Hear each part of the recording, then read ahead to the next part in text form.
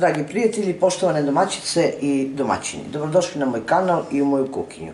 Kao što znate, vi se nalazite na kanalu Kuhinja Valentine Mašković, gdje neko kuva iz sveg srca za svoju porodicu i sve ono što skuvam i pripremim, ja to delim sa vama.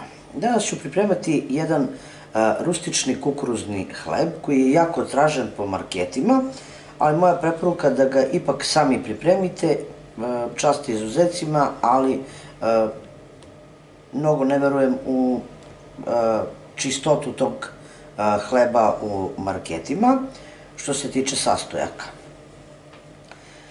Kući ćete pripremiti normalno bez aditiva, bez konzervansa i dobit ćete zaista jedan starinski hleb koji je jako, jako ukusan.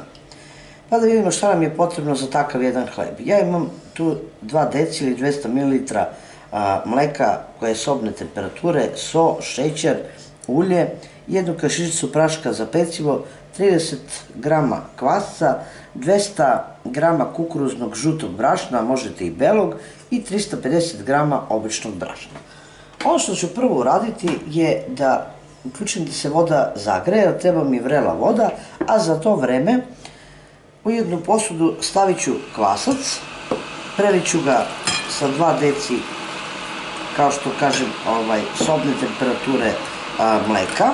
Možete i malo da je toplo mleko, da vam što pre nadođe kvasac, ali imate vremena s obzirom da ćemo čekati kukuruzno brašno da se malo prohladi i za to vreme će se aktivirati kvasac.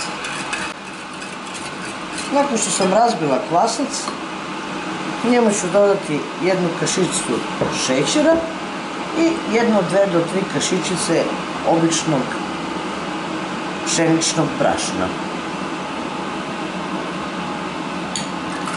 Sve to lepo sjedinite i normalno sačekajte da se kvasac aktivira. Uzet ćemo jednu posudu i u tu posudu sipat ću 200 g kukuruznog brašna. Prelijat ću ga sa 200 ml ključale vode.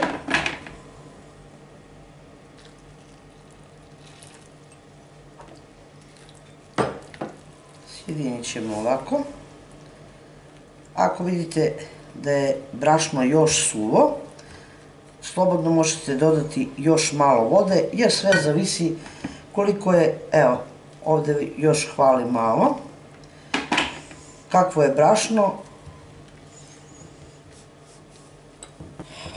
Verujte, ja sam ovdje dodala 300 ml vode da bih napravila ovakvu teksturu kukuruznog brašna, jer kao što rekoh, sve zavisi od suvoće brašna, od meljavine, znači kakva je, toliko ćemo i dodati vodu da bismo dobili nešto poput ovako palente ili kačamaka. To ćemo staviti malo da se prohladi, povucite malo na krajeve da bi se što pre ohladilo. Za to vreme će se verovatno kvasac aktivirati i onda ćemo nastaviti dalje sa radom.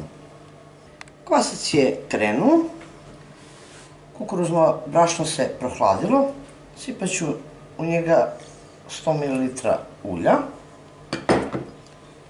i lagano sjediniti ulje sa kukuruznim brašnom. Ovako, lakše nam je da žicom razbijemo i sjedinimo ulje sa kukuruznim brašnom. U kvasac i mleko dodat ću 350 g običnog brašna. Dodat ću 2 kašičice ravne soli.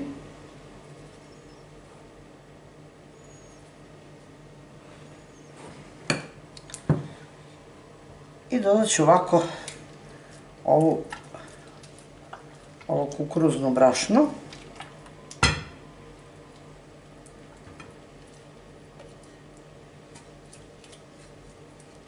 Dodat ću tu 1 kašičicu praška za pecivo i mogu krenuti prvo ovako malo žicom ili nekom kašikom, a kasnije rukom da zamesimo jedno testo koje nije tako čvrsto, nije ni srednje čvrstine, nego da više ide prema mekšem testu.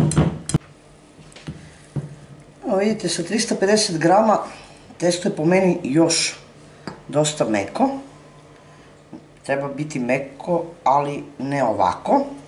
Pa ću ja zato dodati možda 50 do 100 grama brašna. Jer zato kažem, uvek ne možemo odrediti tačno koliko treba vode u odnosu na brašno ili kad prvo dodamo vodu ili mleko, šta već dodajemo, koliko ćemo dodati brašna. Sve zavisi od kvaliteta brašna, od tipa brašna, tako da uvek držite, ako ste prvo sipali brašno, vodu pored sebe, a ako ste dodali prvo vodu, držite brašno pored sebe da biste dobili testo onako baš kako želite. Iako je još, vidite, ovako baš mekano, izručite ga na pobrašnjenu površinu stola.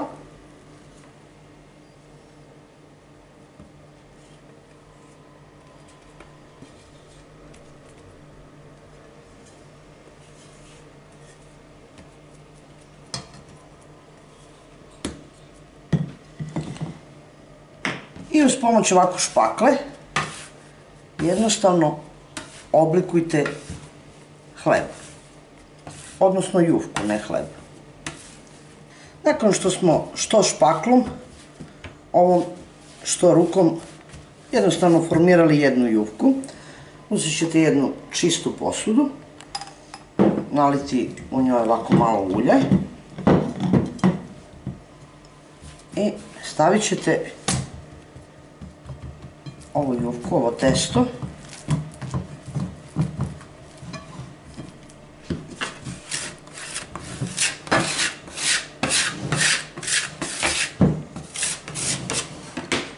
da odstoji i da se udvostruči. Kao što vidite, testo se udvostručilo i jako lepo nadošlo. Sad uzet ćemo jednu tepsiju, možete puterom, možete uljem, s čime god želite, možete čak staviti i pek papir onaj za pečenje, kako god volite. Ja ću ovako premazati uljem, a onda ću posoliti i staviti ovako, posipati u stvari kukuruzno brašno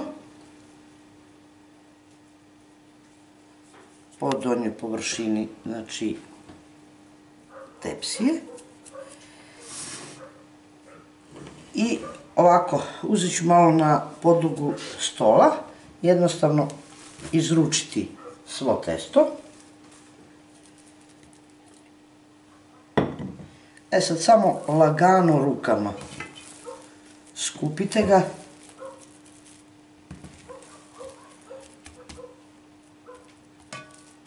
Ovako. Nemojte mnogo da ga premesite. I jednostavno okrenete testo i stavite u posudu.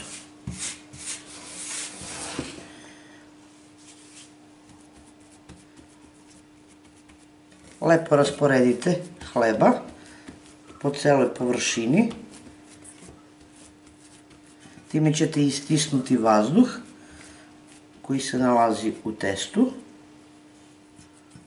Vlažnim rukama od vode jednostavno ovako malo ovlažite testo i pokrijte nekom krpom i pustite da hleb onako lepo naraste.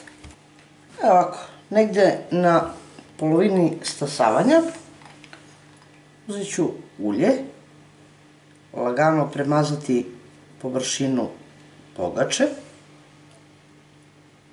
ili hleba, kako god želite možete da nazovete. Ja zovem ovo rustični hleba, kukuruzni, jer pogača je nešto što je brzo, po meni, ili lisnato. Evo ovako. Nakon toga uzet ću kukuruzno brašno i obično brašno. Stavit ću kombinaciju brašna u nekom ovako manjem situ i jednostavno posolite preko celog hleba, baš onako dosta. Onda uzmite neki oštar predmet. Ja koristim žilet, a vi kako želite. Ako ne smete žilet, onda uzmite neki skalper ili neki oštar nož i onda ćemo zarezati hleb ovako. Ne skroz od početka, mislim od kraja, nego ovako.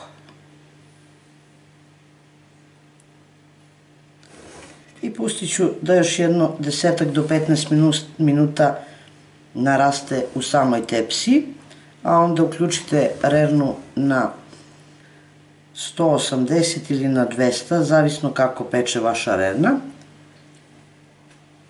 I pustit ćemo, stavit ćemo da se hleb peče. Evo, kao što vidite, kukuruzni hleba je pečen. Možete odrezati hleba, a možete i odlomiti kako god želite. Ja sam sačekala malo da se prohladi, pa da onda lepo izrežemo hleba. I pogledajte kako on izgleda. Pogledajte, mekan kao duša. Odozgo hrskav, od brašna, jedan predivan, zaista i ukusan rustični hleba od kukuruznog brašna sa dodatkom normalno čistog. Nećete se prevariti ako ovako nešto pripremite svojoj porodici uz malo sira i još nečeg, evo, jednog fantastičnog doručka ili večer, a možete koristiti i za ručak. To je bilo za danas sa mog kanala, dragi moji prijatelji. Vidimo se u narednom videu sa nekim drugim receptom, a do tada, ćao!